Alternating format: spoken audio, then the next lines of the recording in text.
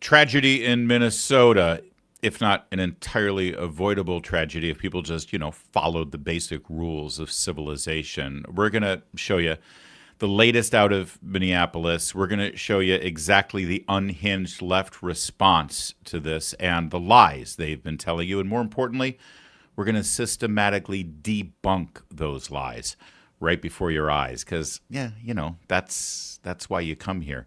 The fact of the matter is all the protests in Minneapolis and other cities around this country against ICE that led to the tragic death yesterday, they're all AstroTurf. They're all paid for. They're all organized. And we'll show you the proof coming up right now. Plus, the mayors of these cities where the fraud is being exposed, they want the feds out.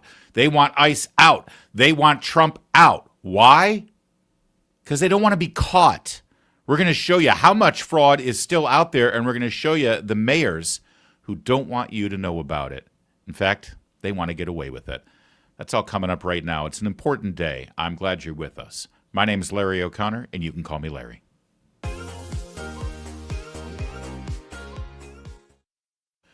Microplastics are infiltrating every part of our lives. Scientists estimate we now consume a credit card's worth of plastic every single week through our food, our water, even the air we breathe. One study found plastic particles in 100% of human lung samples.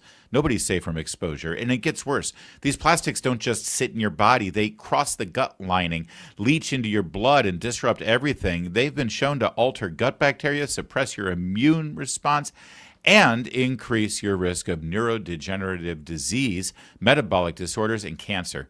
Some plastic toxins like BPA and phthalates mimic hormones, interfere with fertility, and damage DNA. Even if you eat clean and avoid packaged foods, you're still being exposed. You can't opt out, but here's the good news. Your gut can help you fight back. Kimchi One from Brightcore Nation is a potent ally in this toxic world. It's packaged with over 900 probiotic strains unique to kimchi and proven to break down BPA, helping you detox from the inside out. It doesn't just support digestion. It helps protect your cells, your brain, your hormones, and your future. Your body was never designed to handle plastic, but your gut was designed to protect you. You just have to give it the right tools. Right now, you can get 25% off with code Larry at mybrightcore.com/Larry. For an even better deal, call my friends at Brightcore and get up to 50% off and free shipping. That number again, 888-462-4779. Get it done. Use my name, Larry. Meredith and I swear by this stuff. We take our Kimchi One every single day. Count on it. And we feel better because of it. Thanks. Well, you're hearing a lot about the protests in Minneapolis, mostly because of the tragic shooting yesterday that could have been entirely avoided if only people followed basic rules of civilization. Like when law enforcement gives you a lawful order, you follow it. It's really that simple. And as everyone's talking about these protests and the organized left in America, led by their political party, the Democrats, are demanding that ICE be removed from these cities and that the protests should be allowed to happen organically and naturally because it's the people rising up. It's instructive to sit back and actually examine where these protests came from and how they're obviously coordinated, organized, and planned. There's nothing organic about it. You can draw a through line all the way back to the Occupy movement from 2012. It's all the same players, and it's all the same AstroTurf. And it's all money that is commingled with the Democrats here in America. Here, take a look at this. Libs of TikTok put together a combination of tweets from elected officials, Ilhan Omar, Nadler, Sarah Jacobs, Maxine Dexter, Ed Kassenstein, not an elected official, thank God, CARE National, that's the advocacy group for Hamas. Look at what they said, all the same language. ICE murdered an American citizen and legal observer in broad daylight.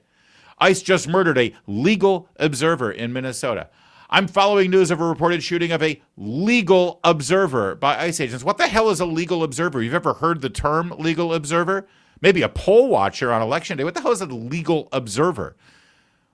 This is some sort of term they're using. I guess they grabbed it from Amnesty International to try to say there's nothing wrong with somebody being a legal observer of law enforcement. And I guess theoretically there isn't anything wrong. until your legal observing actually impedes law enforcement from doing their constitutional duty, puts them at risk, and you ignore them when they tell you to stand down, which is exactly what we saw. But isn't it uncanny that within minutes of each other, all of these Democrats all used the exact same language in the same phony description of the woman who lost her life yesterday? Legal observer? Really? Is that what she was? Well, let's let Secretary of Homeland Security Kristi Noem describe what this woman's actions were yesterday, and you tell me if you think this is just benign legal observation. Threat of vehicle counters. Are you going to change the way people need to stop using their vehicles as weapons. Are you going to change This domestic act of terrorism to use your vehicle to try to kill law enforcement officers is going to stop. And I'm asking the Department of Justice to prosecute it as domestic terrorism because it's clear that it's being coordinated. People are being trained and told how to use their vehicles to impede law enforcement operations and then to run over anybody who gets in their way while they go out there and try to disrupt peace and public safety. And Americans deserve better. All right. Now, you can quibble with the term domestic terrorism, and we'll get to that later. But the fact of the matter is an automobile, a vehicle, is a deadly weapon. And we've seen months and months and months of protests in the streets of major cities in America where these trained and organized activists use their weapons to impede officers and put their lives in danger, not to mention the fact that we have ICE officers who have been shot at over and over and over again, with their lives threatened and their privacy threatened through doxing. So, what does the responsible mayor of Minneapolis say about this? Well, like any responsible elected official trying to calm down the situation on the ground in his city, he went and reached across the aisle and appeared on MS Now with Jen Psaki to lie and rile up the choir.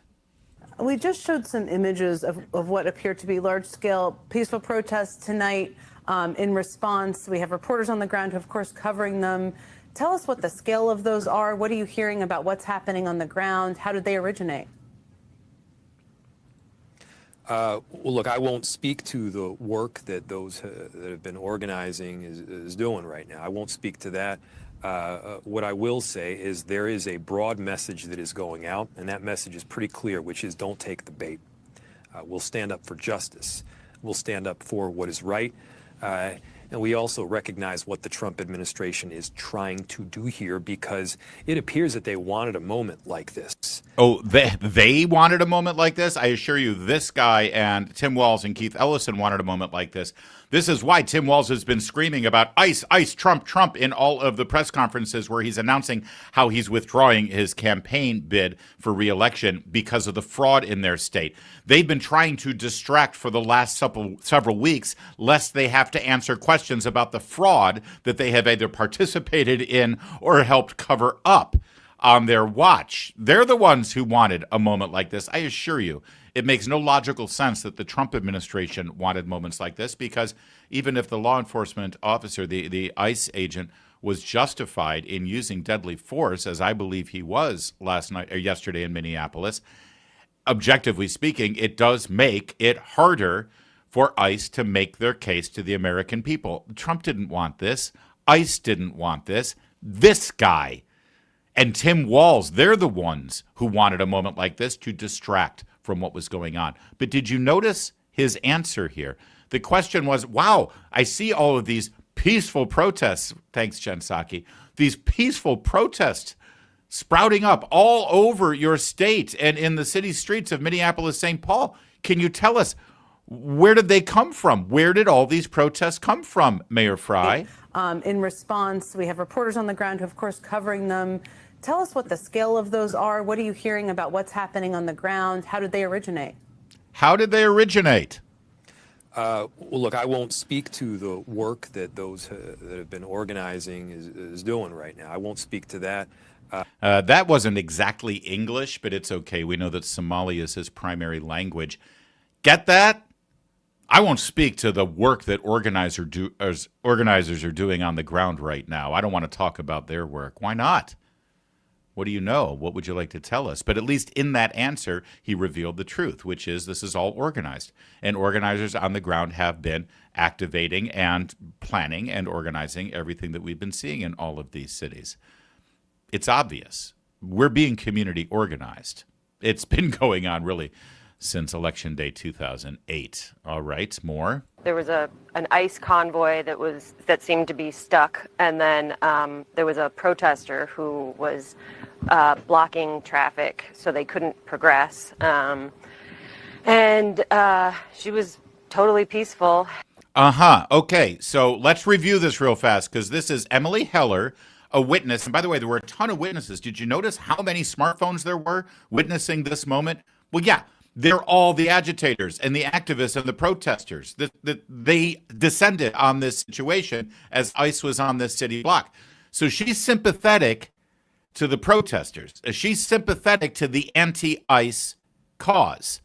Listen again to what she said. There was an ICE convoy that seemed to be stuck, and then there was a protester who was blocking traffic so they couldn't progress. There was a protester who was blocking traffic. That is the deceased woman here, who, as we know, did more than just block traffic. There was a protester blocking traffic. That's what the witness said, right? Those are her words. Protester blocking traffic. Hold on, I'm just reviewing these tweets again. Just wanted a legal observer. Yeah, a agent shot a legal observer. Yeah, it's a killing of a legal observer. ICE just shot a legal observer. I'm sorry, are you having trouble finding the word protester blocking traffic here? So am I. Did she not get the memo? This wasn't a protester blocking traffic, Emily. No. This was a legal observer. Why didn't she call her a legal observer who was just innocent and a bystander, just witnessing the operation? ICE convoy that seemed to be stuck, and then there was a protester who was blocking traffic so they couldn't progress.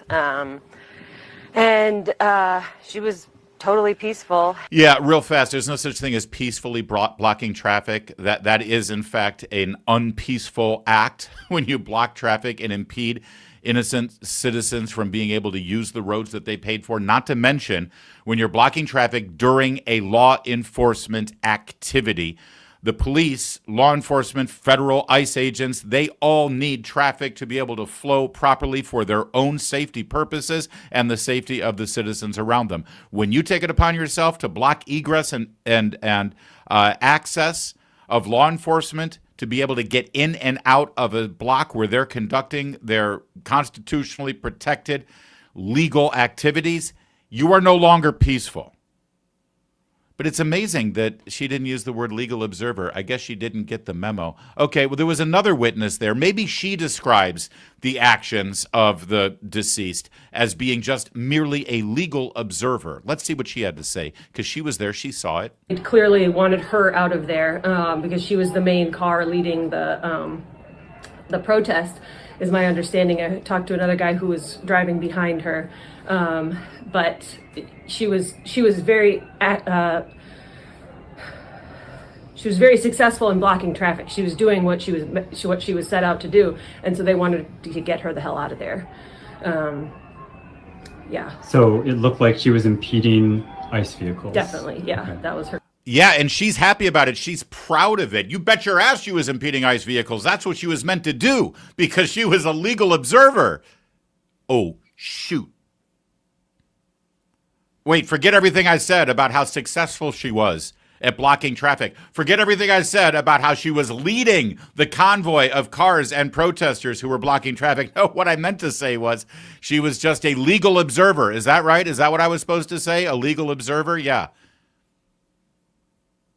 Are you noticing that the stories aren't really squaring up here? And the only people using the term legal observers are, Democrat elected officials, political organizations, NGOs, with a team of lawyers telling them what they should be saying. But any normal human being on the ground watching this going on sees exactly what she was doing. She's not a legal observer. Scott Jennings on CNN had plenty to say about the organized protests that have now led to a death in Minneapolis. Go ahead, Scott. because you heard the Secretary of Homeland Security call it domestic terrorism there. Andrew McCarthy, a conservative lawyer who writes for the National Review, wrote of that, quote, "That is the kind of hyperbole we don't need from an agency that exists because of terrorism. It was established due to the 9/11 atrocities and should presumably know what it is and is not. Whether we conclude it's an attempted murder or an attempted escape, it is not a terrorist act." Scott, I should note, McCarthy also wrote that he thinks that what happened was probably within the scope of the law, but he didn't like what Kristi Noem went out and said there. Did she need to say that? Probably not. But that doesn't mean she shouldn't go out and defend the ICE agent. It doesn't mean that I wouldn't expect DHS to defend their agents who are routinely under attack around the country. We've seen hundreds of car incidents and ICE operations around the country. The correct question to be asking, I think, today is, why was this incident occurring in the first place? Why is there a convoy of vehicles, according to several witnesses, attempting to impede a perfectly legitimate federal law enforcement situation? So I think arguing about the rhetoric, perfectly fine. To me, I want to get to the root cause of why there is a group of people in this country who believe it is their responsibility to drive convoys of vehicles into perfectly legitimate federal law enforcement situations. I think some of this goes back to, frankly, John, Democratic rhetoric, because that's what they've been instructed to do by the Democrats who are demonizing these ICE agents. Yeah, that's exactly right. And we'll get to that rhetoric in just a second, because we have plenty of examples of it, and it's going to lead to more people getting killed.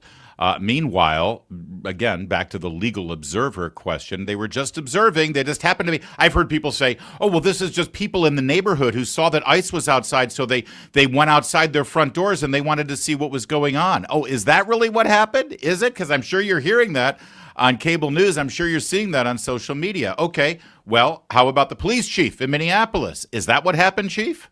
Do you have a better understanding of the victim's activities before the shooting? We're talking about Renee Nicole Good, the woman who was shot and killed as she was in her vehicle trying to drive away. Do you know if the victim was, as Kristi Noem, the Secretary of Homeland Security, said, quote, stalking and impeding their work all throughout the day?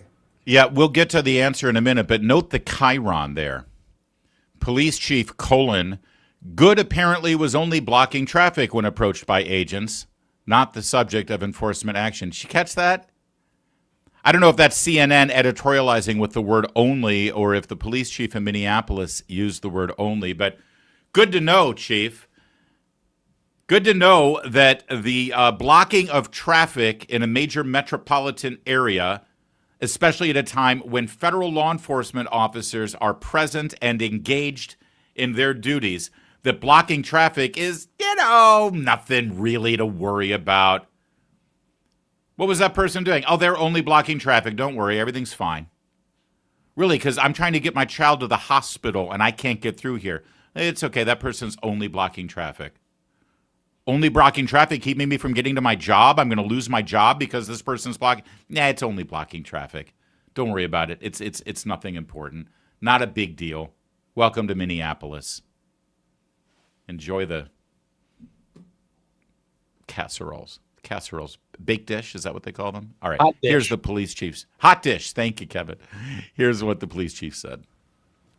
So I don't know anything specific as to this individual, but what I can tell you is as long as this surge has been happening in Minnesota and in Minneapolis in particular, there have been people who have been following behind federal agents as they come in the city and then descending upon locations where federal law enforcement activity has been happening.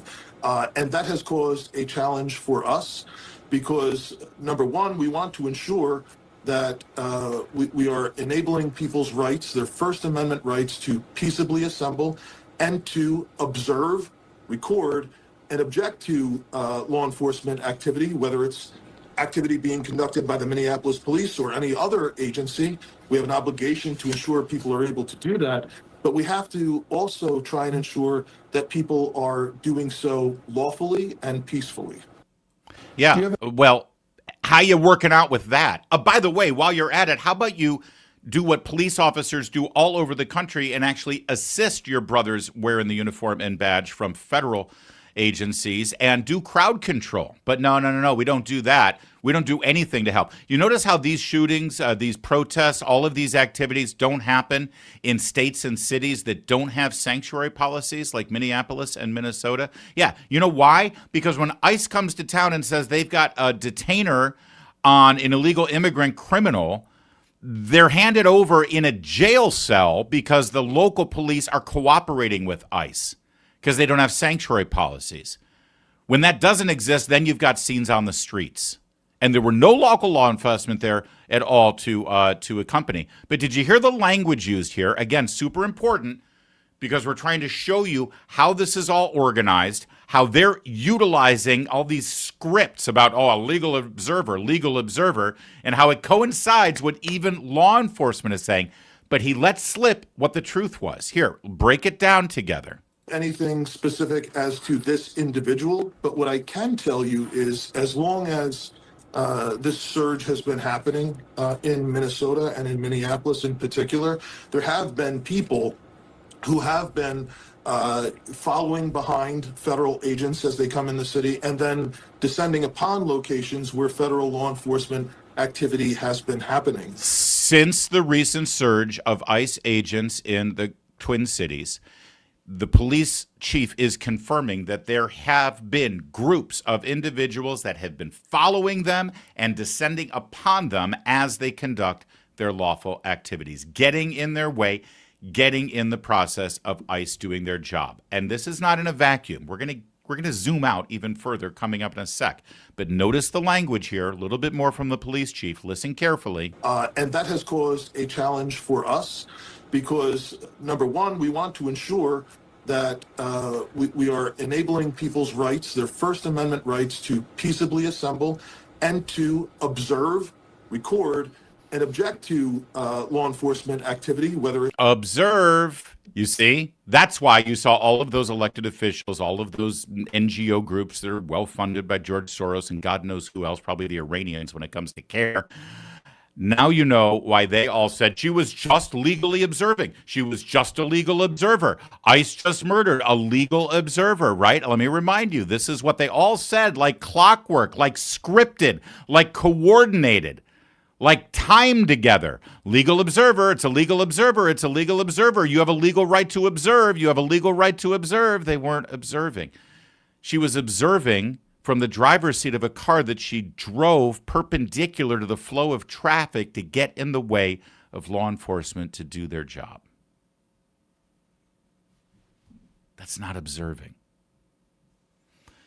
Now, I told you we're going to zoom out a little bit. You know, I've seen a lot of people say, I want to see what happened a few minutes before the encounter with the cop in the street. And that's probably fair to say. I'd like to also see what happened earlier in the day as ICE was doing other law enforcement activities, and this same group of people apparently has been following them around and descending upon them throughout the day in Minneapolis. Yeah.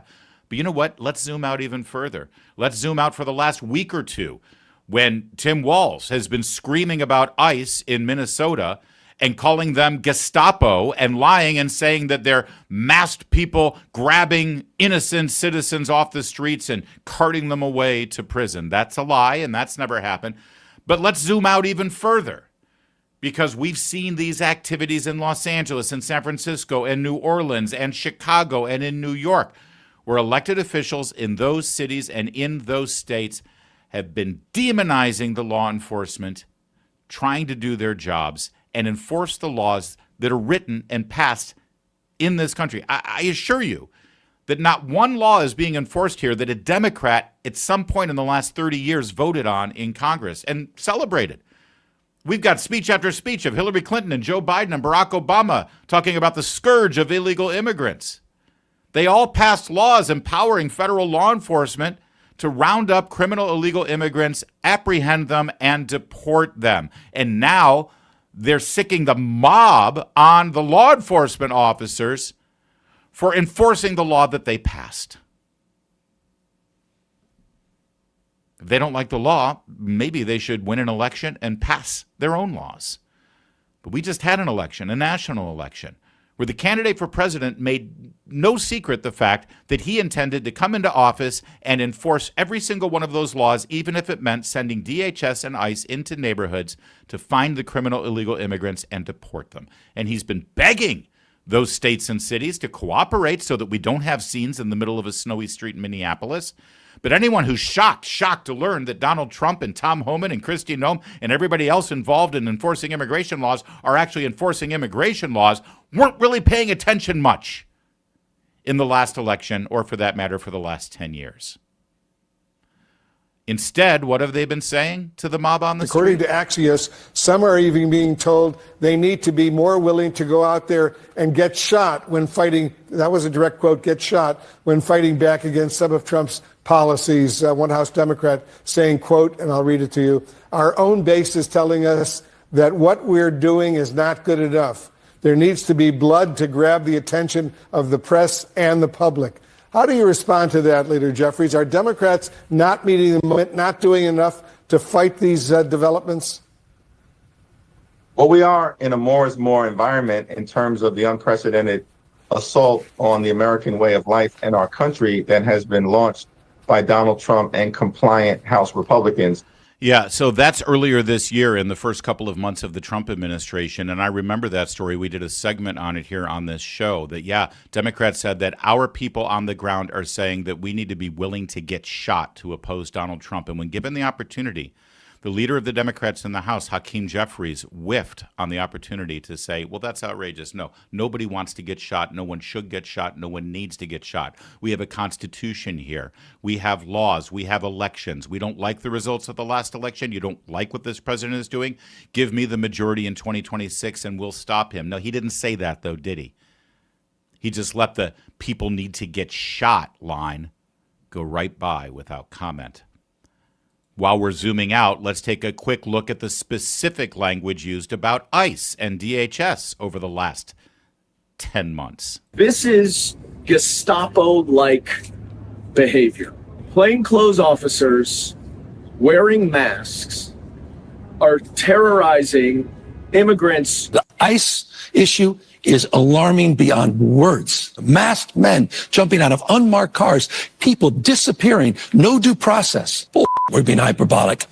If you're a black and brown community, it's here. Wake up. Dangers that we saw in Nazi Germany, especially in the earliest days of Nazi Germany, are the dangers that we need to react to now. They're taking people off the streets and sending them away. It's a 5-alarm fire, everyone. Every single ICE agent who's engaged in this aggressive overreach and are trying to hide their identities from the American people will be unsuccessful in doing that. This is not the 1930s, and every single one of them, no matter what it takes, no matter how long it takes, will of course be identified. Donald Trump's modern-day Gestapo is scooping folks up off the streets. They're in unmarked vans, wearing masks, being shipped off to foreign torture dungeons.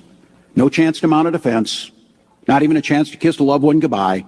Just grabbed up by masked agents, shoved into those vans, and disappeared. We need to make sure that there's a firewall that they have to come through before they get to them. Early evidence that we've seen from rounds that were found near the suspected shooter contain messages that are anti-ICE in nature. Again, this is just the most recent example of this type of attack. Yeah, that's what these agitators, activists, and legal observers have been hearing for the last several months from so-called respected and responsible elected leaders of one political party in this country. And they do it for one reason and one reason only, because they get political benefit out of it. They gain power and control and raise money by using that kind of language. And now they act shocked and saddened and dismayed that there was violence.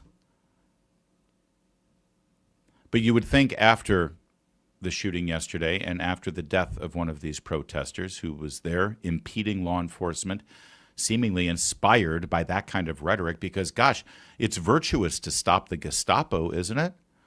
I mean, it's the moral and ethical and holy thing to do to stop a Nazi from carrying out Nazi tactics. You would think that after the death of one of these protesters, inspired by that kind of rhetoric, then those people would tone things down, maybe step back a little bit, maybe change their message. Well, here's Dan Goldman, congressman from New York. Invading our cities, using excessive force lawlessly with new agents without proper training. And sadly, this was not unexpected, but it is egregious. It was an outright murder. And the fact that the administration is trying to defend the ICE officer when everyone can see with their own eyes that that car was trying to get away because it still turned away from the officer after she was shot in the head. So the fact that they are arguing that somehow this is domestic terrorism, much less an attack on ICE, is preposterous. Outright murder, he says. Outright murder. And of course, the emails are already out raising money for Democrats on this issue. Yeah, good luck waiting for the temperature to be brought down after now there's blood.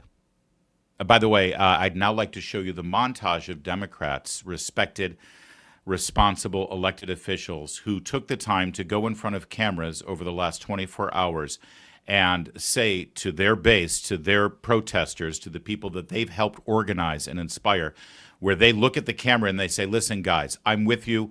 I agree with you. Everything that Trump is doing and ICE is doing and DHS is doing is wrong. But we've got a dead body now. So please, as much as I want you to be active and energized and I want you to be motivated by your political passions, please do not impede ICE officers. We've learned that. Please stop that.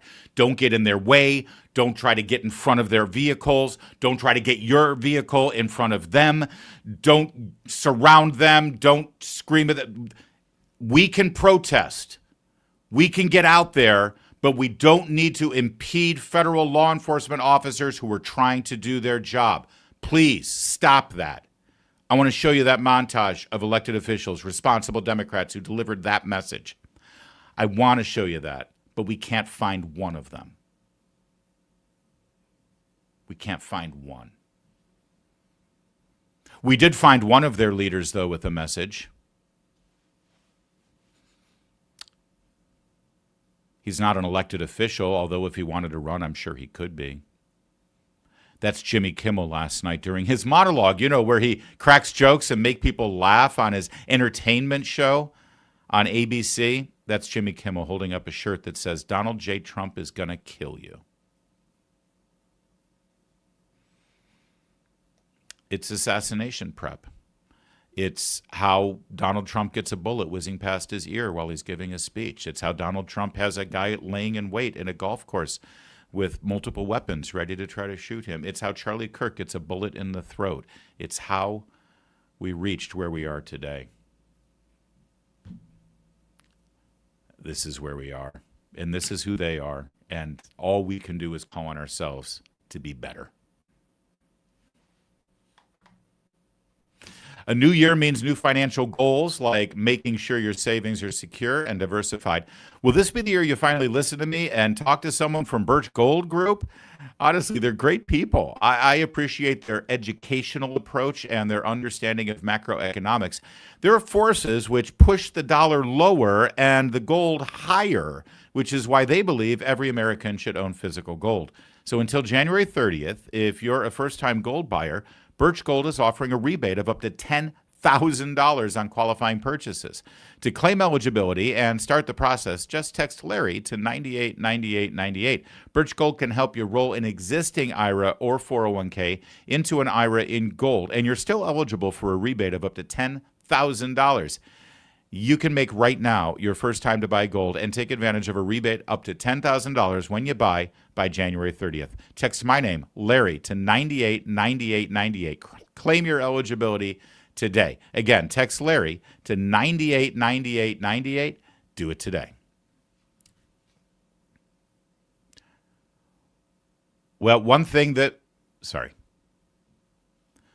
thing we've seen in the aftermath of the tragic shooting in Minneapolis yesterday is a whole lot of experts who can look at the exact same video and the exact same pictures and the exact same circumstances and come up with completely different perspectives. It's a Rorschach test. It's the movie Rashomon.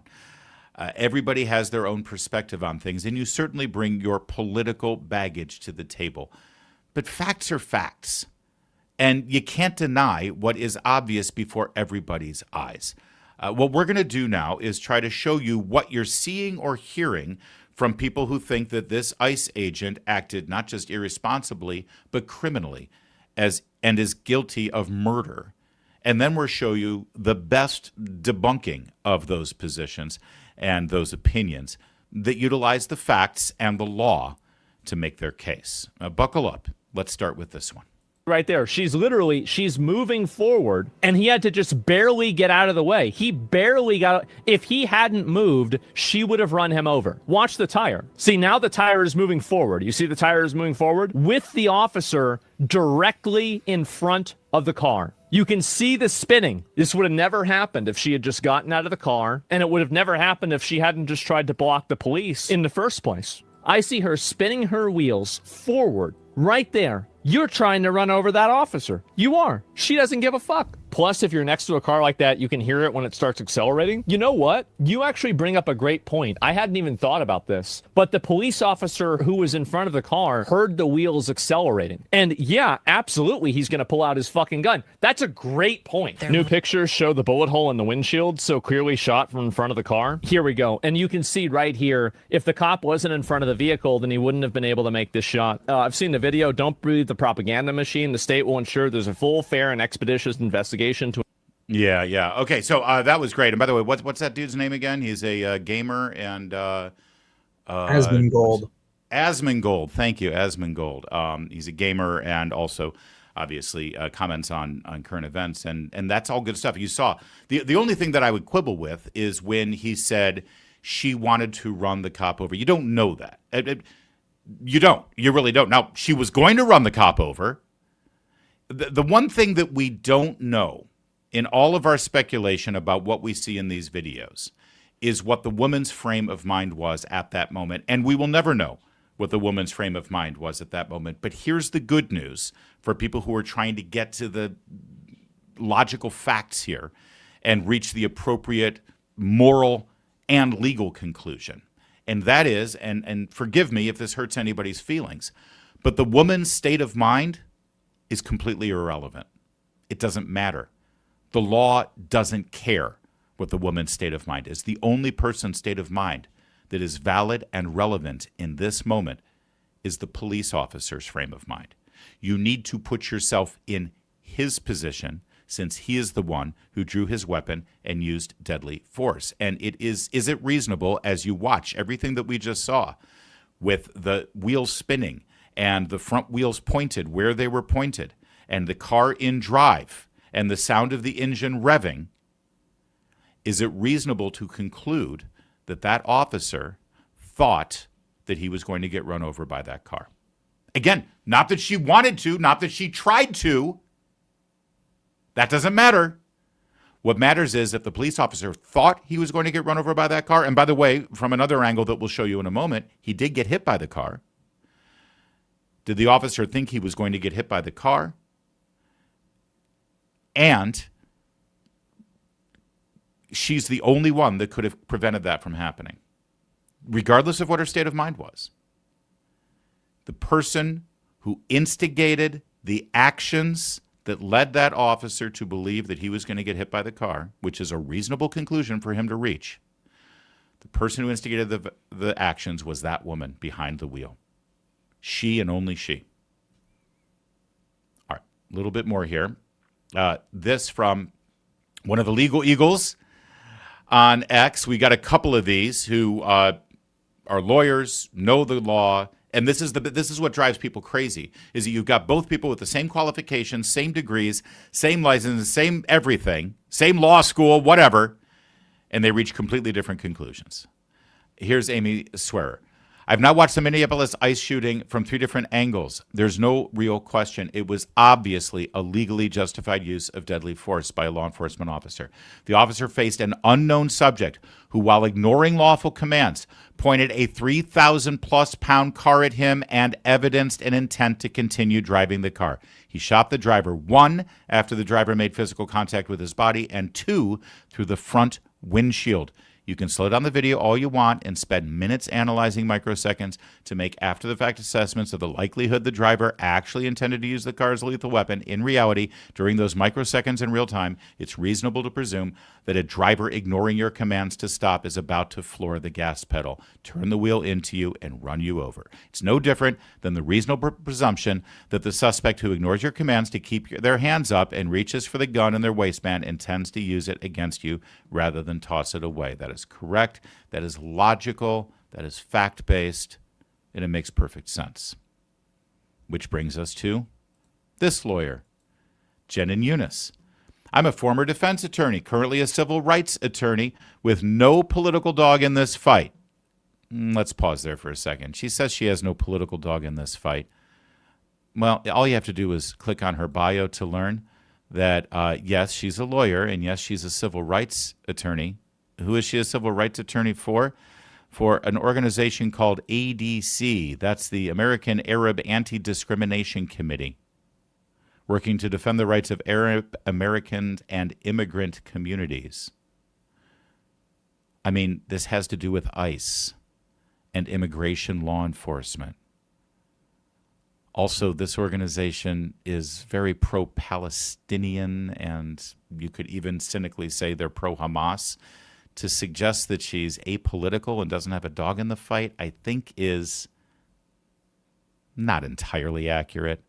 But fine, let's go with it. I watched the video at least 10 times, my friends, from different angles and at different speeds, and waited to offer an opinion, which I still reserve the right to change if additional information changes the calculus. It is very clear that the officers instigated the confrontation. The woman initially tried to wave them past her. I'm dying to debunk all of this myself, but I've got somebody waiting in the wings to do it. He's a bigger player than me, all right? So I'm going to let him do it. But let's just read through this. ICE officers have no authority to search a U.S. citizen or arrest her unless there's probable cause to believe she's harboring undocumented individuals. Not a contention here. A woman surrounded by masked armed men who have no law enforcement authority over her has every right to try to escape. Video shows her steering wheel is turned to the right, clearly an attempt to leave without hitting anyone and steer clear of the officer standing towards the front of the car, towards the front of her car. I love the language. That officer had time to step to the side, which is where he was when he shot her. Even a real police officer would not have the real, because ICE is not real police officer, would not have the right to shoot at her for trying to flee. This is well established in case law. Deadly force may not be used simply to prevent someone from getting away. Given that the ICE officers had no law enforcement authority to begin with, and the video footage shows she was trying to escape a perceived threat, not to kill anyone, the crime is all the more inexcusable. I'm praying for the victim's family, especially your children. I'm also praying for all the conservatives who are so unprincipled and lost their excusing this terrible crime and gloating over a death that will leave 3 young children motherless because of the victim's politics. I'll tell you what, I join you at least at the end there. I'm praying for the family. I'm praying for the children. I hate the fact that they're going motherless. It's not because of the victim's politics, because there were plenty of people on that street that had the same politics, and they're alive today. The difference is they didn't do what this woman did. And no one's gloating over here. No one at all. I said I had somebody waiting in the wings to debunk everything that you just heard. Yeah, he's a pretty good one too, J.D. Vance, Vice President of the United States. He responded directly to that woman we just read. This is preposterous. First of all, she's not waving the officers through and has no right to do so even if she were. She's waving another car through before the officers approach her car. Second, The officers are not randomly searching her. They are approaching her vehicle because she is violating the law. Namely, she's obstructing a lawful enforcement operation. You're not allowed to walk up to or drive up to people who are enforcing the law to make it harder for them to do their jobs. Third, this defense attorney is drawing a meaningless distinction between an ICE officer and a real police officer. Again, you're not allowed to interrupt a lawful enforcement operation, which is exactly what this woman was doing. Fourth, the officer didn't discharge his weapon to prevent her from fleeing. When he discharged the weapon, she had pointed the vehicle at him and pressed the gas. He discharged his weapon in self-defense, and other angles of the video show the woman clearly hit the officer with her car while accelerating. The gaslighting is off the charts, and I'm having none of it. This guy was doing his job. She tried to stop him from doing his job. When he approached her car, she tried to hit him. Tragedy? Absolutely. But a tragedy that falls on this woman and all the radicals who teach people that immigration is the one type of law that rioters are allowed to interfere with. Couldn't have said it better myself. I mean, I probably could have, but that's my job, not his. He's got a lot of other balls in the air. That's right. All of that is right. I've got more here. I'd love to comment on this, and I'll just say this. Because a lot of people, it seems like the argument, the disagreement has to do with where was the wheel pointed at the moment she accelerated, and was she turning to get out of the way? But before she successfully made the turn, that's when he shot her. But if he had just stepped back and let her turn the wheel all the way, then she wouldn't have hit him. But she did hit him, that we saw, and we'll show you that video in a second. And all of this second guessing for an incident that from the moment the police officer approached her vehicle to when the shot was fired was a total of 8 seconds. But the critical moment when the acceleration happened and he did not draw a weapon until she put the car in drive and started to accelerate. That was literally a split second. You know, this lawyer for the Arab anti-defamation, whatever it is that she represents, if she makes a mistake in court or if she misspells something on a tweet, you know, she can apologize after the fact. She can say, oh, that's my bad. I'm sorry. Let me correct the record. Yeah, you know, here on this show, and I make mistakes, of course I do. I do my best to correct the record and tell you what I did wrong, and then we move on to the next episode or the next topic. And if I'm writing a column, if I get something wrong, then at Town Hall, the website where I work, the Town Hall will issue a correction, and then I'll do my next thing. That's what newspapers do all the time. That's what television stations do all the time, and journalists do all the time, and all the people on Twitter and X and Facebook who are so sure that they're right about this issue. But if they get something wrong, they can just say, oh, I'm sorry. Let me fix my mistake, and then we'll move on. This cop, this ICE agent, had less than a second to get it right. And if he got it wrong, there's no do-over. There's no issuing a correction. There's no retraction. He gets it wrong, he's dead. And maybe his fellow officers are dead. Maybe he didn't know there could have been people, innocent bystanders on the sidewalk behind him that she was aiming for with the car that could also have been dead. Cops don't have that luxury that the lawyers and the journalists and me and everybody else who's offering their opinion about this have. He's got one split-second chance to get it right. And the fact of the matter is, he followed procedures perfectly to a T. And they're still calling him a murderer. All right, I've got more here. Sam Stein, one of those journalists, liberal left-wing, used to write for the Huffington Post. Now he's so liberal, he's so left-wing, he so hates conservatives that he writes for the Bulwark. Sam Stein has opinions. He said, much more gruesome video of the situation. I fail to see how this officer was endangered by a car clearly trying to leave the scene. It seems evident by the fact that the officer himself went to go check on the person he shot. Okay.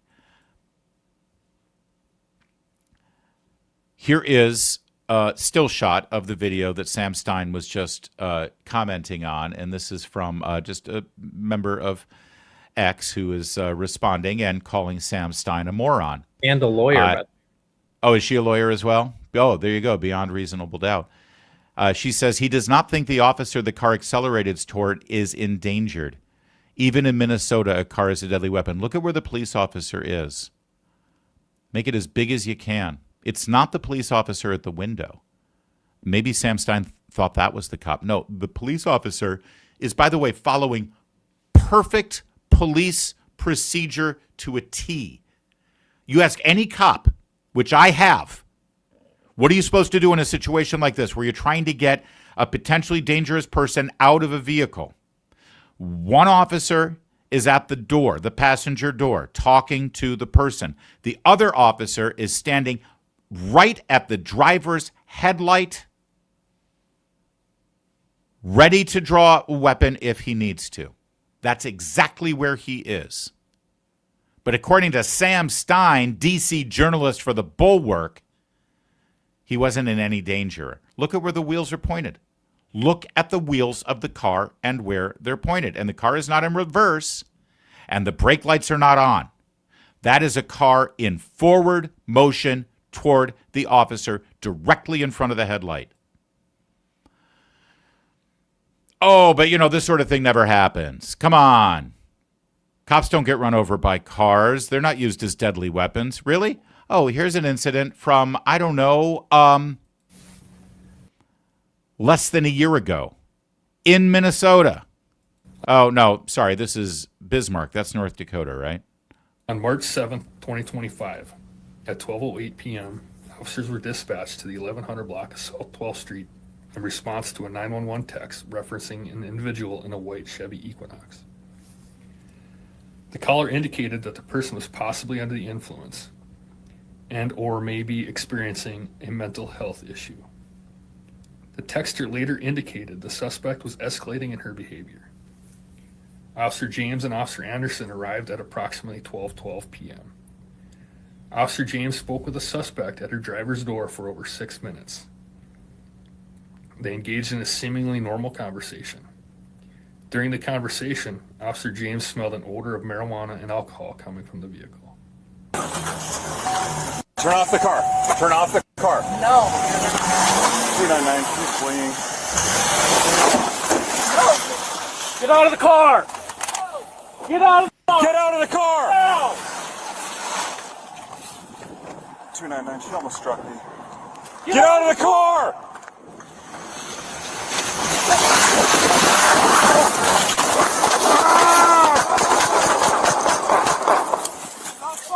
Shots fired, officer! That's what happens. But wait, didn't you see where the wheels were pointed on that vehicle? She was just trying to get away. Didn't you see? Did you see, or did you miss it? Do you want to watch it again, frame by frame? I bet you do. But that police officer doesn't have that luxury, does he? And by the way, I didn't just show you a snuff film. He actually survived that because of the snowbank. Oh, but wait, let's go back. Let's watch it in slow motion. Let's go frame by frame and see what... Nope. Sorry. You get one chance to get it right. Don't tell me this kind of thing doesn't happen. In fact, this is Maryland. As the Jeep continued to advance, Officer Caprio got off one shot. WJZ won't show the rest, but a somber jury saw and heard Amy Caprio dying from massive crushing injuries. What do we want law enforcement to do? What do you want them to be able to do? We're a society of laws. Those laws have to be followed. This is very simple. It's beyond simple. Oh, well, there's some gray area. No, there isn't. Everyone who wants to say, this is complicated. It's not so simple. It's not so black and white. There's a lot of gray area there. It's a Rorschach test. No, it isn't. Duly sworn in legal law enforcement officers at every level who are doing their duty and are carrying the badge, and they give you a command, they give you an order during the course of their lawful execution of law enforcement. You follow those rules. You follow the engagement. You do what they say. If they're giving you illegal command, if they're a bad cop, if they're doing bad things, you can sort that out later. You can't sort out a death. You can't sort out shooting. You can't sort out a dead cop. You can't sort out a dead protester. If you just follow the instructions that the cops are giving you and follow the law and not break the law in the first place, these things don't happen. And in the meantime, we need to equip our law enforcement officers at every level to be able to protect themselves and to protect the community by using lethal force if necessary. Dan Goldman, we mentioned him earlier, congressman from New York. He responded to Stephen Miller calling this domestic terrorism. And again, you can quibble with that language. And there's a legitimate argument to be made that, we saw Scott Jennings make this argument earlier. Maybe using the term domestic terrorism is not the most helpful right now in this case. You can make that argument. Dan Goldman didn't make that argument, though. What did Dan Goldman say? Dan Goldman said, even if the officer were run over, it's not domestic terrorism. Hey, guys, it's okay. Next time, go ahead and run over the cop. Dan Goldman's got your back.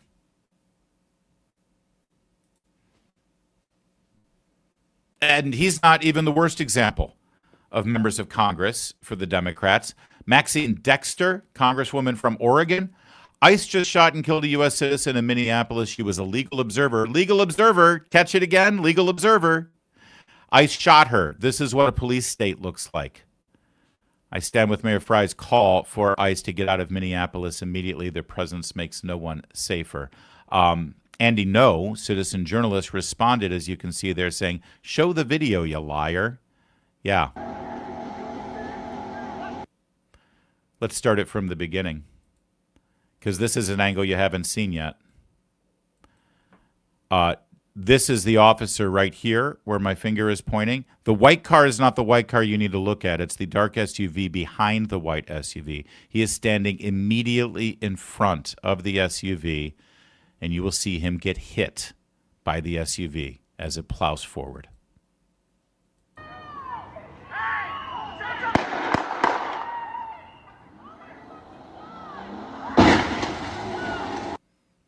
Show the video, you liar. You'd think that that congresswoman saying that this was some sort of act of reckless violence against the cop or by the cop would show the video to prove her point, but she didn't. Show the video, you liar. Even when people do show pictures, they're, well, lying with the photos because they're not showing the entire context. Perhaps you've seen this one. Another horrifying image out of Minneapolis. Look at the terror on this man's face as a federal agent points a gun at his face and threatens his life.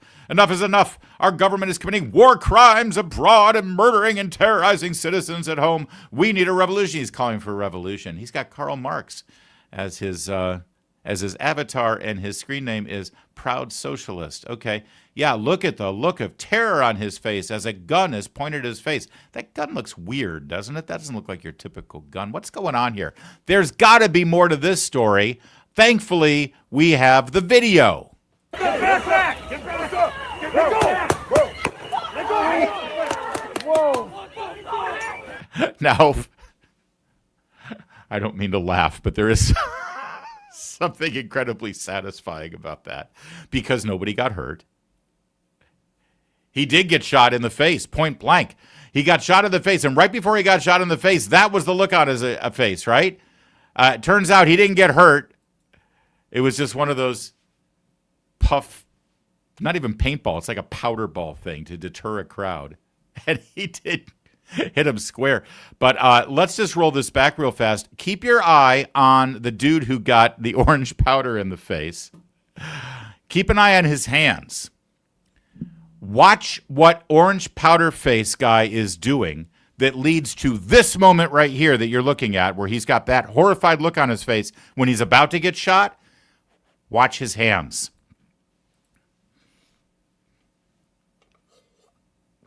What did he do, guys? Did you see what he did? One more time.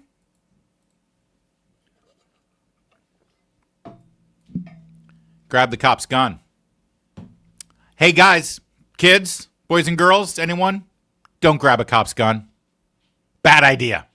Really bad. You You'll be lucky if this is what ends up happening to you. The best thing that can happen to you when you grab a cop's gun is what you see right there. That's the best case scenario. There are a lot of liars out there. There's a lot of fraudsters. There's a lot of people who want to sell you a bill of goods, and they want to convince you, and they also want to rile up a mob based on lies, based on misinformation, disinformation, based on trying to sell you a bill of goods and trying to get you to not believe your own very eyes. We know who these people are. We've been living with them for several years now. They're the same people who told you that Joe Biden is sharp as a tack. They're the same people who told you that Kamala Harris is a transcendent political figure. They're the same people who told you that January 6th was the ugliest day in American history. They're the same people who told you that that Donald Trump had no chance of winning the election. They'll take whatever they need to take to tell you whatever they need to tell you to retain power over you. Please use your head, check your sources, look at things logically, and trust the voices that have been there for you. We'll get through this. We will. The new message from Democrats after yesterday's shooting in Minneapolis is get the hell out of here. We don't want ICE in Minneapolis.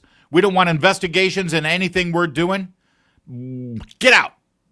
We don't want you here. And they want you to believe that that's because of the officer-involved shooting yesterday. But I think there's something else going on. Here, this is Tina Smith, senator from Minnesota. Why do you think the Trump administration is so fixated on Minnesota right now? Well, I wish I knew. I mean, I wish they would just leave us. I mean, seriously. What is the, when do things stop being about politics and start being about actual human decency? And so, I mean, I'm sure we can all hypothesize on what all their political reasons are. But meanwhile, a woman died being shot in her car. And everything that they're doing is making it worse and not better. Thank you all. Thank you, Senator. Okay, couple things there. The last point, woman died by being shot while sitting in her car. She was doing more than just sitting in her car, wasn't she, Senator?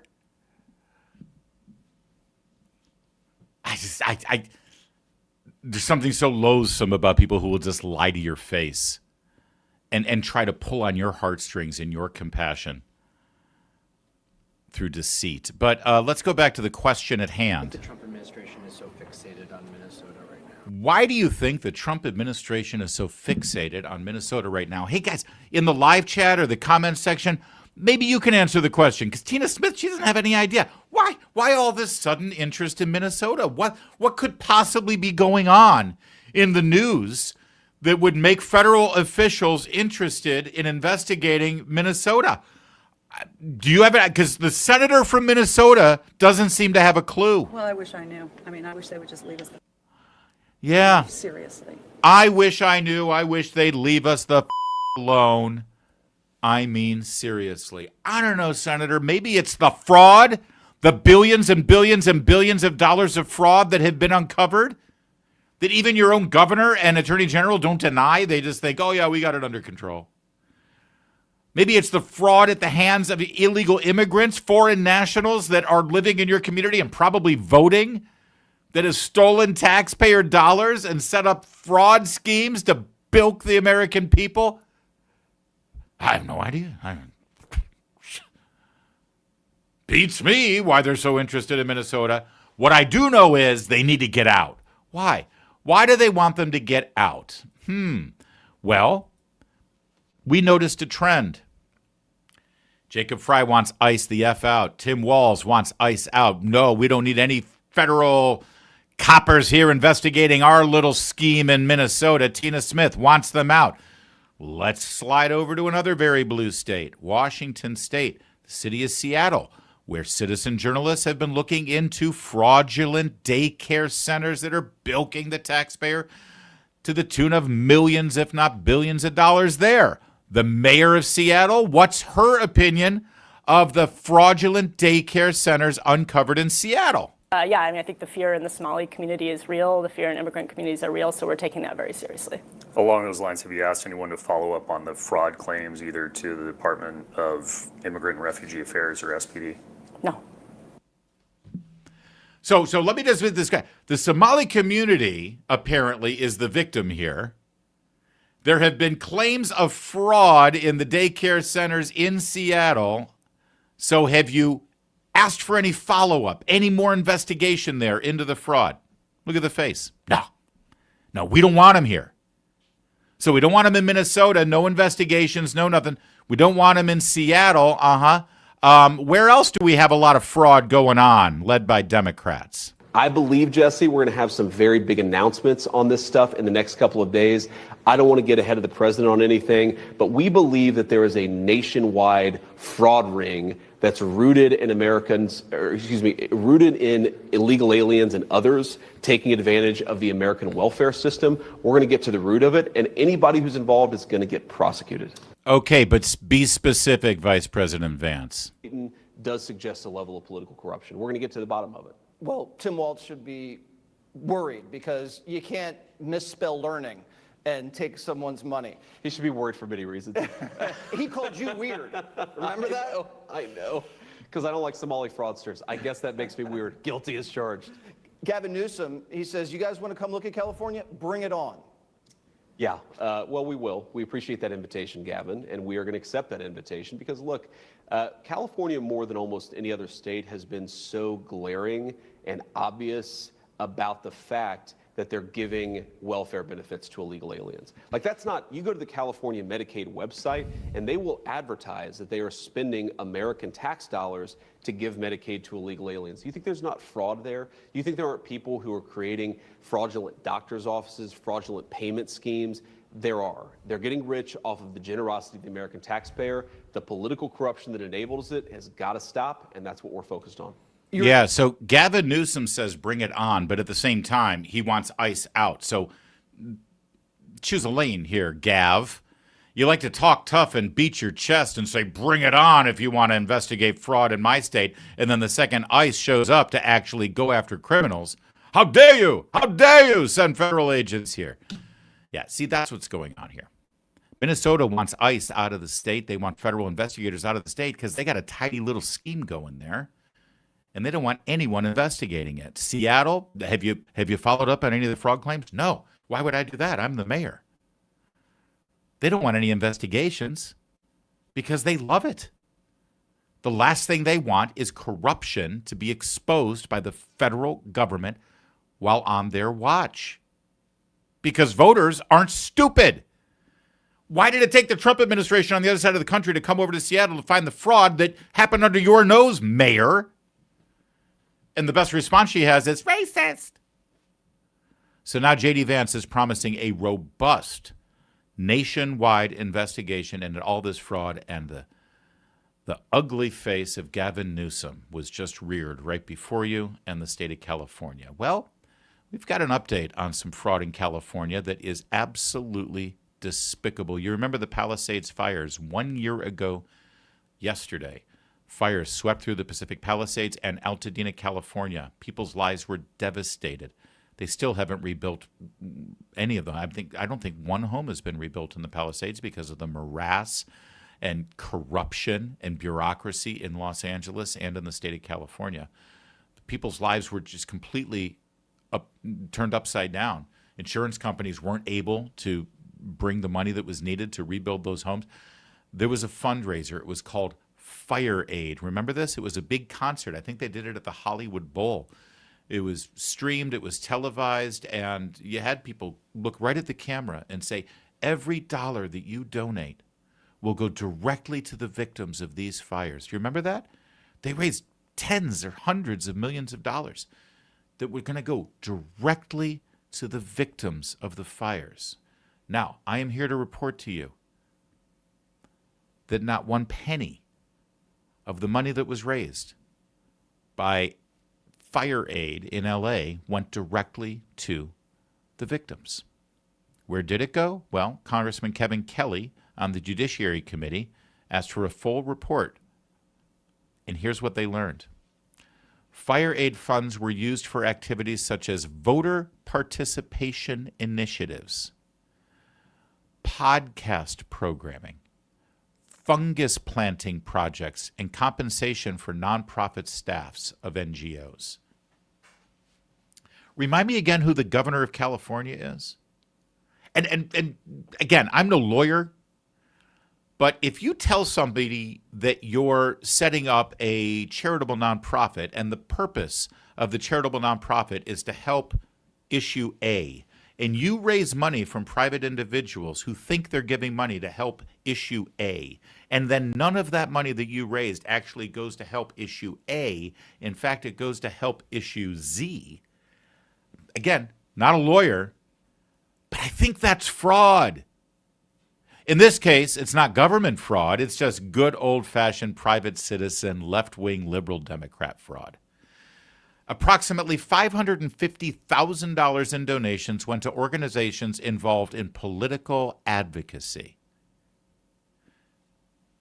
Every dollar will go straight to the victims of the fire. But first, George Soros is going to figure out what to do with it.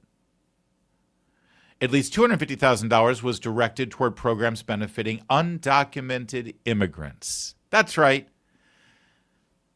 You're going to raise money for people who live in Altadena, California, who lost their suburban home and their children are having to live in a hotel room or the backseat of the car until they can get their home rebuilt. You donate money to help them, and the money ends up going to people who aren't even in the country legally and didn't lose a home in Altadena. $100,000 in fire aid donations went to podcasters because, they were raising awareness. Where do I get my fire aid money? Doesn't Gavin Newsom have a podcast? That's a great point. I believe he does, and he's a Californian. We should probably follow that trail. More than $500,000 was used to cover salaries, bonuses, and consultant fees for nonprofit organizations.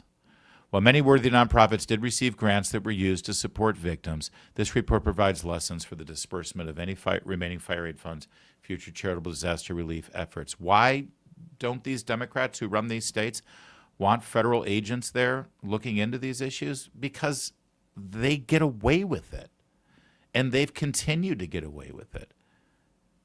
This is how they operate.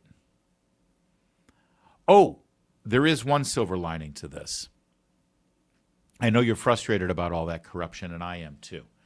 Well, the Trump administration is actually putting its money where its mouth is, or more importantly, taking money away from Gavin Newsom in California. He was expecting a huge payout of transportation funds in California, and Secretary Duffy had something to say about it. $160 million in federal funding after missing the deadline to revoke more than 17,000 commercial driver's licenses. That's on top of the $40 million already being withheld because the state wasn't enforcing English proficiency requirements for truckers. Transportation Secretary Sean Duffy writing in part, our demands were simple, follow the rules. Yeah, it really is that simple. California's been handing out commercial driver's license to people who are in the country illegally. You remember they first sold you on the idea of driver's license for illegal aliens because they told you, gosh, they're going to drive anyway. So why not make sure that they're trained and they know the rules of the road, and if they've got a commercial they've got a driver's license, then they can get car insurance. So when they hit you, at least the insurance company will be able to take care of the problem. That's how they sold it to you. And at no point did anybody stop and say, well, wait a minute. It's illegal for them to drive, and you're telling me, what are you going to do? They're going to do it anyway, so we might as well just give them a driver's license. I've got an idea.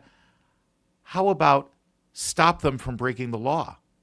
How about stop them from driving? And if you pull them over and they don't have a driver's license, how about you treat them the way you would treat me if I was driving without a driver's license?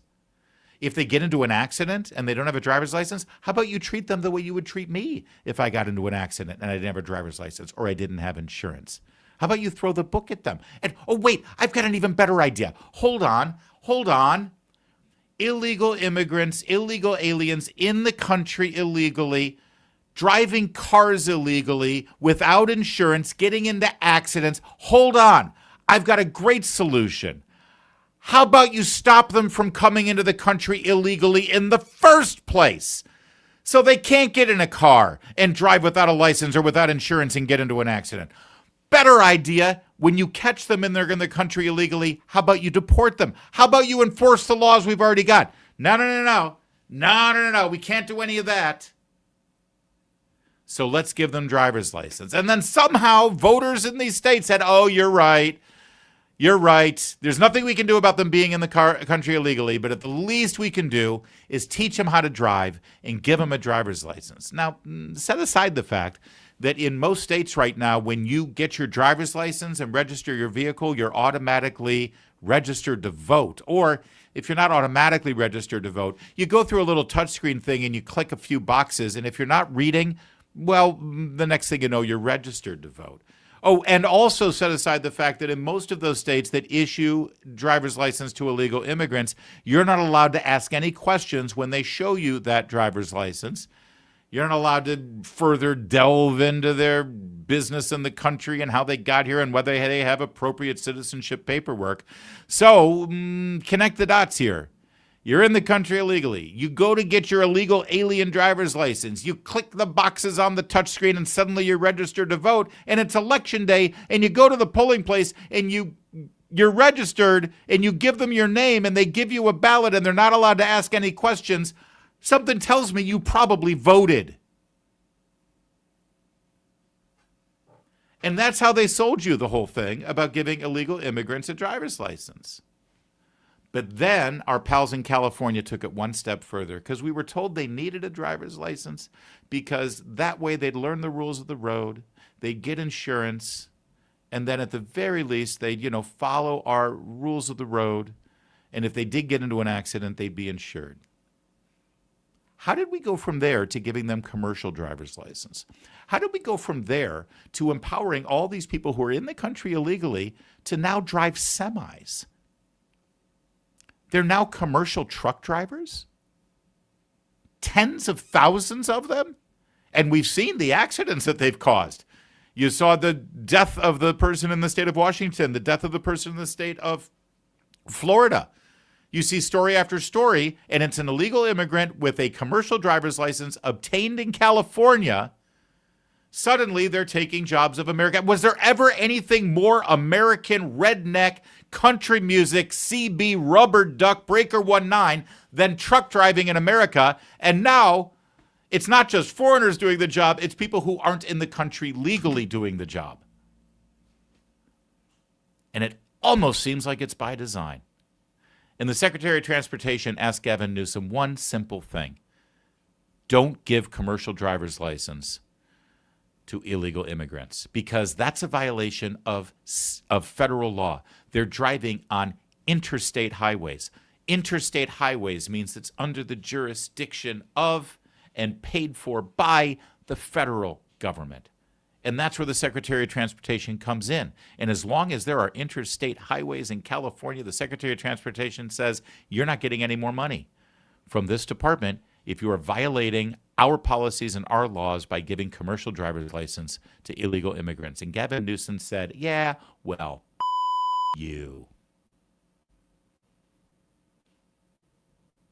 And now Secretary Duffy has cut off the money. And I'm sure they're going to take it to court and they're going to fight it and the judge will do something or otherwise. But the moral of the story and the overall umbrella to everything we've discussed today in the last several days is that there's a whole lot of laws being broken right now, and there's a whole lot of fraud, and there's a whole lot of corruption, and it's all happening in the states and under the nose of Democrats, elected officials, most of whom want to be your president.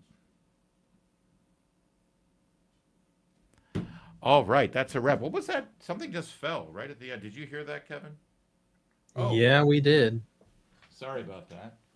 It was my game controller. Sorry about that. I feel bad. Whew. Let's get to your super chats. Don't forget to watch our show tomorrow, and don't forget to like our video, and don't forget to subscribe. Why are you throwing me shade, Kevin McMahon? Are you angry that I made a noise at the end there? No, it's totally fun. You had an edge. You had an edge in your voice. I could hear it. You weren't your typical happy-go-lucky, I love everything Larry does kind of voice. I always have an edge. That's true. Fair enough. I'm a little testy right now. Hey, can we move on to the super chats? Jeff Depew with a $2 super chat. It's seditious activity that should be treated as. Yeah, I agree. But there's way too many people. Deb Blongo with the $4.99 super chat. Will the governor and mayor be in trouble? I've seen the feds go into offices today dragging out huge boxes of what? I believe evidence to support the fraud. I believe you're right. That's why they're spending all their time beating the table about what happened yesterday. DeBlongo. Thanks, DeBlongo. GBF, God's best friend, with a £2 super chat. Flying to Israel to meet my woke friends. Wish me luck. Oh, go with God there, GBF. The left in Israel, I don't get them, but good luck. Good luck. DeBlongo, $4.99 super chat. How is it possible the governor can say on national TV that Minnesota is at war with the federal government and get away with that? Yeah, I mean, he's like Jefferson Davis, man. It's like Andrew Jackson there. Yeah, it's something to behold. You're right. And he claimed that he was going to use the National Guard of Minnesota to protect the citizens from the federal government. This is how civil wars start, DeBlongo. I'll tell you how it's possible, to give you an answer to your rhetorical question. He will do whatever he can to get his fraud and his failure and his crimes off the front page. That's why. Nancy RN, we love our registered nurses, the little white outfits and the stockings. And $5 super chat. Thank you, Nancy. Recently retired and love watching from Fleetwood, Pennsylvania, home of the first Cadillac Fleetwood. Nice. Love your honesty and your humor. Thank you, Nancy. I love you for watching. I appreciate that. John Shearer with a $10 super chat. The ICE officer used his right hand to discharge his weapon. This means most of his body was in front of the SUV at that time. You're right. Actually, all of his body was. Well spotted there, John. You are correct. UK Patrick. Hello, Patrick. Cheerio. £5 super chat. Did I miss it? Who is claiming to have asked her to legally observe? Aren't they supposed to be neutral, i.e. observing, not protesting? Well, yeah, they weren't. She wasn't an observer. That's obvious. That's why the lie is so blatant. Thank you, Patrick. Another £5 super chat. So had Thomas Crooks or Tyler Robinson been apprehended with their rifles locked and loaded, they could have just claimed to be legal observers. Exactly. He is, of course, referring to the assassins or attempted assassin of Donald Trump and the assassin of Charlie Kirk. That's right. Just observing with a loaded weapon. Stumble Boots with the $2 super chat. You're cool. Thank you, sir. I appreciate it. Thank you. Psychological Projection is £2 super chat. Boy, we are really well represented in the UK today. I got a Facebook message from someone in New Zealand who watches every day, which has got to be middle of the night there, right? Defraudocrats get warm and fuzzy spending your tax. Yes, they do. And they don't want you looking under the bed. Music Max 11 with a $5 tip. Thank you, Music Max. I appreciate it. Carolyn Gilligan, $9.99. That's our Herman Cain super sticker. Thank you, Carolyn. Appreciate it. And that's a wrap. Thanks for watching. We'll be back tomorrow. We got one more from Rumble. You're right. I knew that. Sorry, from Rumble. Let's get... No, you're not allowed to do that. 43 QBell became a monthly subscriber on Rumble. Thank you for that.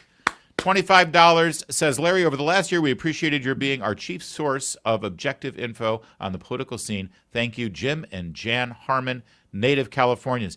Jim and Jan, thank you so much. That means the world to us, and we love your support and your dedication to our show. And we love California. I lived in California. Two of my children, I had to count because my kids are all over the place now. Two of my kids still live in California. My heart breaks for that state, and we're gonna make it right somehow. We just got to keep telling the truth, and I think that the election reforms that are about to happen will make a huge difference. But God bless you guys. Thank you so much. Oh, and my No More $5 super sticker there with Santa Claus waving at me. Merry Christmas. Thank you, my No More.